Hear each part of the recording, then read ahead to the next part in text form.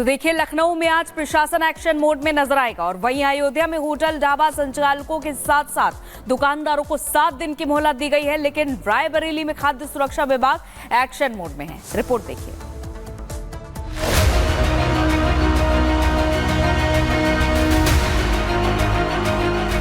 तमाम विरोधियों की फौज इकट्ठा होने के बावजूद योगी आदित्यनाथ अपनी राह पर निडर होकर आगे बढ़ रहे हैं। योगी किसी से डरते नहीं, वो जानते हैं उन्हें कब क्या करना है और क्या बोलना है। सीधे तौर पर कहा जाए तो उनका मिशन एकदम क्लियर है, जिसमें जनता की भलाई हो। आदेश प्रदेश के मुखिया का है तो एक्शन होना ही है। इसी आदेश के तहत कार्रवाई की तस्वीर रायबरेली से सामने आई, जहां होटल, ढाबा और रेस्टोरेंट पर जांच के साथ ही नाम लिखाए जाने की प्रक्रिया शुरू हो चुकी है। इसके लिए बाकायदा टास्क फोर्स बनाया गया है। यहां खाद्य विभाग की टीम एक रेस्टोरेंट में पहुंची। किचन से लेकर रिसेप्शन तक जांच की गई और आदेश दिए गए कि काउंटर के पास लाइसेंस चस्पाना होगा। लाइसेंस पर मालिक और मैनेजर का नाम लिखा होना अनिवार्य होगा। जो ऐसी चीजें थी, अवांछित चीजों की मिलावट कर दे रहे हैं लोग, या गलत जो है चीज़ें परोस रहे हैं ग्राहकों को, जो नहीं परोसनी चाहिए, तो उसके लिए निर्देश दिया गया कि सभी होटल ढाबों में उनका किचन देख लिया जाए, साफ सफाई तैयार रहे, लाइसेंस उनके सहज दृश्य स्थान पर चिपके हुए हों, ताकि आम ग्राहक जाकर देख सके कि यह लाइसेंसी प्रतिष्ठान है और वहाँ को शुद्ध खाना मिलेगा। यानी सीएम योगी के आदेश के बाद मिलावटखोरों के खिलाफ शासन और प्रशासन फुल एक्शन मोड में है। त्योहारों को देखते हुए सभी रेस्टोरेंट में साफ सफाई और मिलावट के खिलाफ अभियान चलाए जाने के साथ ही सीसीटीवी कैमरे लगाने के निर्देश भी दिए गए। वर्तमान में जो शासन से आदेश प्राप्त हुए हैं, उसके क्रम में जनपद में अभियान चलाकर इसमें प्रमुख रूप से जितने भी जगह हैं जहां पर खाने पीने की वस्तुएं दी जाती हैं या बेची जाती हैं, उन सभी प्रतिष्ठानों पर सीसीटीवी कैमरे, सुरक्षा व्यवस्थाएं क्या व्यवस्था की गई है, उसके संबंध में एक अभियान चलाने के लिए खाद्य सुरक्षा अधिकारी एवं उनकी पूरी टीम को निर्देशित किया गया है। आपको बता दें कि हाल ही में जिस तरह उत्तर प्रदेश के अलग अलग जिलों और जगहों पर थूक और पेशाब कांड के मामले सामने आए, उसके बाद सीएम योगी ने एक बार फिर से रेस्टोरेंट और ढाबों पर नेम प्लेट लगाने के निर्देश जारी किए हैं। हालांकि इस पूरे मामले पर प्रदेश में सियासत भी गर्म है। Bureau report, Republic Bharat. और अब बात उस युद्ध की जो महीनों से चल रहा है लेकिन खत्म होने का नाम नहीं ले रहा है। जी हां, बात कर रहे हैं इजराइल और हिजबुल्लाह के बीच जो जंग छिड़ी है, ये जंग अब भीषण रूप में आगे आ गया है और अब आईडीएफ ग्राउंड ऑपरेशन करने की तैयारी में। कहा जा रहा है कि एयर स्ट्राइक के बाद अब ग्राउंड ऑपरेशन तेज किया जाएगा और आखिरकार ये भी कहा जा रहा है कि हिजबुल्लाह ने मान लिया कि आईडीएफ के हमले में एयर यूनिट का कमांडर जो है वो ढेर हुआ था। इजराइल हिजबुल्लाह के बीच जंग भीषण रूप में नजर आ रही है। देखिए, हवाई हमले के बाद अब ग्राउंड ऑपरेशन की तैयारी चल रही है और कहा यह जा रहा है कि अब हिजबुल्लाह ने भी मान लिया है कि आईडीएफ के हमले में एयर यूनिट का कमांडर ढेर हुआ था।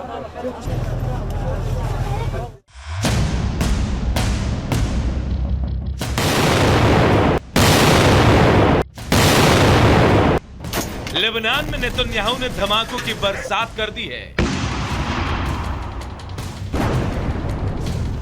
टारगेट हिजबुल्लाह है, लेकिन लेबनान में बारूद और लाशों के ढेर बिछ रहे हैं। पूरे लेबनान में हड़कंप मचा है और लोगों में दहशत का माहौल है।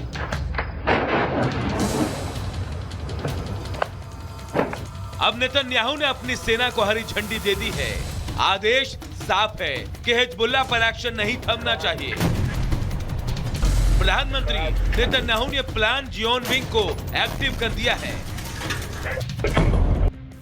मैं जो कुछ भी कर रहा हूं उसकी जानकारी नहीं दे सकता, लेकिन मैं आपको एक बात बता सकता हूं कि अपने निवासियों को सुरक्षित वापसी जरूर कराऊंगा। हम हिजबुल्लाह पर ऐसे प्रहार कर रहे हैं जिसकी उसने कल्पना भी नहीं की होगी। हम पूरी ताकत और तैयारी के साथ उस पर हमले कर रहे हैं। मैं आपसे एक बात का वादा करता हूं, हम तब तक आराम नहीं करेंगे जब तक उत्तरी हिस्से में हमारे लोग फंसे हैं। यानी अब इजरायली सेना धुआंधार बारूद वर्षा करने वाली है। चुन चुन कर हिजबुल्लाह कमांडरों का खात्मा होगा, लेकिन जान किसी की भी जा सकती है। ऐसे में मोदी सरकार ने बड़ा ऐलान कर दिया। पीएम मोदी ने भारतीयों से तुरंत लेबनान छोड़ने को कहा है। इजराइल हिजबुल्लाह जंग पर मोदी की भी नजर है।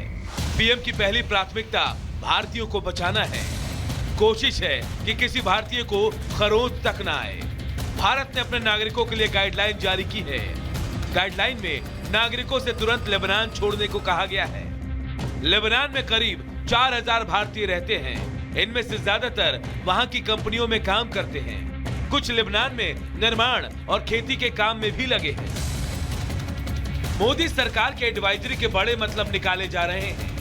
दावा है कि इजराइल लेबनान पर और बड़ा हमला करने वाला है, यानी एक दिन में 1600 धमाके से भी बड़ा अटैक करने वाला है।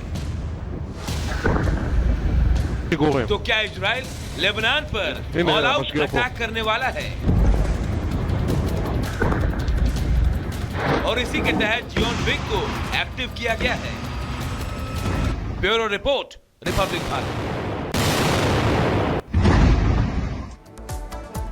और अब बात वक्फ बिल की। वक्फ बिल को लेकर कट्टरपंथी जिस तरह से जहर उगल रहे थे, उसके बाद अब जेपीसी को 1 करोड़ 30 लाख फीडबैक चिट्ठियां मिली हैं और ये चिट्ठियां शक पैदा कर रही हैं। शक इसलिए हो रहा है क्योंकि ये सारे फीडबैक एक ही सर्वर से भेजे गए हैं, जिस पर बीजेपी ने विदेशी साजिश का आरोप लगाया है। देखिए रिपोर्ट।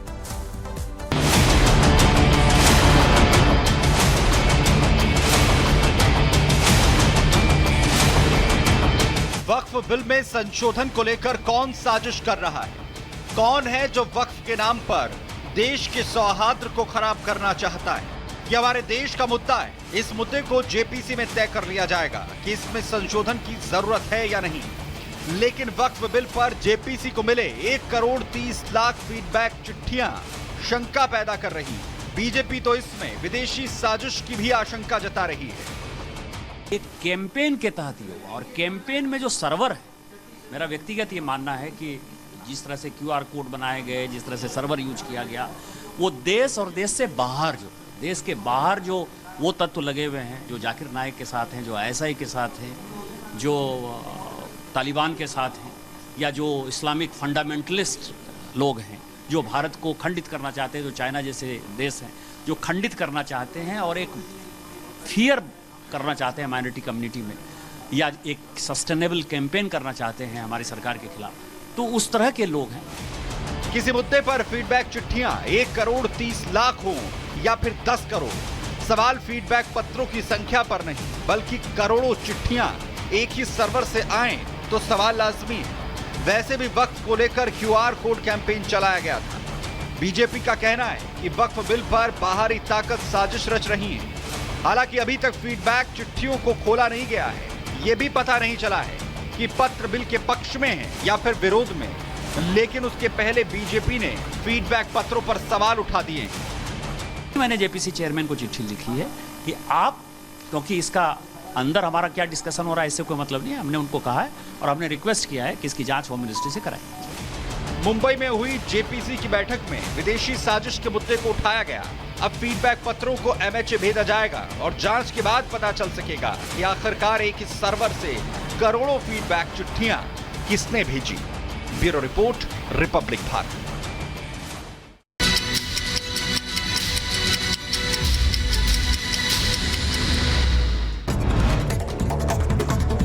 आज ही होगा दिल्ली एमसीडी स्टैंडिंग कमेटी का चुनाव। उपराज्यपाल वीके सक्सेना ने देर रात